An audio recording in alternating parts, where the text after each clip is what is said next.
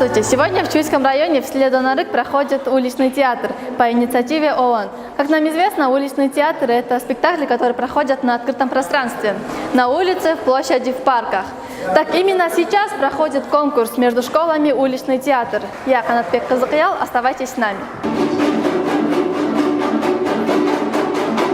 В ходе уличного театра 8 команд соревновались за призовые места в конкурсе сценок на тему «Насилие, унижение и других семейных проблем».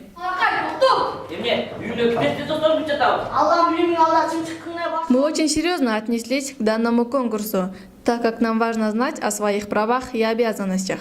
Ученики с большим стремлением готовились к конкурсу, сказала Асель Бекчуроевна. Целью проведения уличного театра является донести до детей, что они должны знать о своих правах и обязанностях. До этого ни разу не проводили уличный театр. Это первый раз проходит в нашей школе. Наша школа, в общем, подготовила 5 сценок. Мы взяли земельные проблемы, так как наши односельчане могут столкнуться с ущемлением своих прав в этом плане. И чтобы донести им о своих правах, мы выбрали именно эту тему.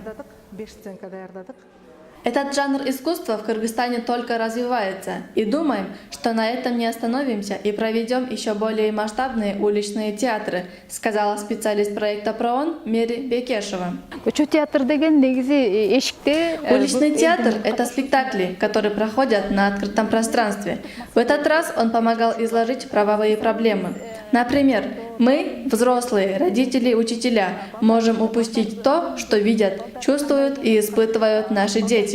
С помощью уличного театра дети показывают наши же ошибки, которые мы совершаем в своей повседневной жизни. И этим же они воспитывают нас самих. Команда Алтынай Абдразаковой, занявшая первое место за свою роль и артистичность, подготовили сценку «Судьба Бакыта». Сценарий написала их учительница Анарбай Кызы Назгуль. В данной сценке излагается судьба Бакыта, который остался без матери, отец-инвалид. Мачеха Бакыта не дает ему спокойной жизни, не пускает на учебу, ущемляет его права. Алтынай сыграла роль мачехи. Она говорит, что было бы хорошо, если уличные театры проводились чаще, так как дети узнали бы еще больше о своих правах и обязанностях. Жюри признал самыми лучшими учеников средней школы Калча со сценкой «Бакыттын тагдыры». За первое место они были награждены цветным принтером. Второе место досталось ученикам средней школы имени Джаншеева за сцену «Жараткан жарыкты неге аядың». Их наградили черно-белым принтером. Третьими стали ученики средней школы Калча с оценкой «Делу время, потехи час» и были награждены доской для национальной игры «Тогуз Коргол». Кроме Алтынай Абдразаковой за лучшую роль и артистичность, были награждены сотовыми телефонами Samsung Galaxy Жомарт Кызы Перизат и Жамболот Авазбеков.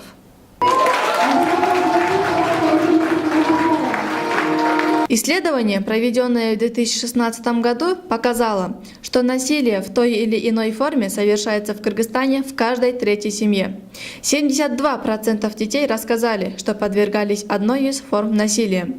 50% заявили, что сталкивались устным оскорблением со стороны других членов семьи. 39% подвергались психическому, 37% физическому насилию. Голос свободы, Канатбек Кызыкыял, Мусулманкул Сатыбалдиев.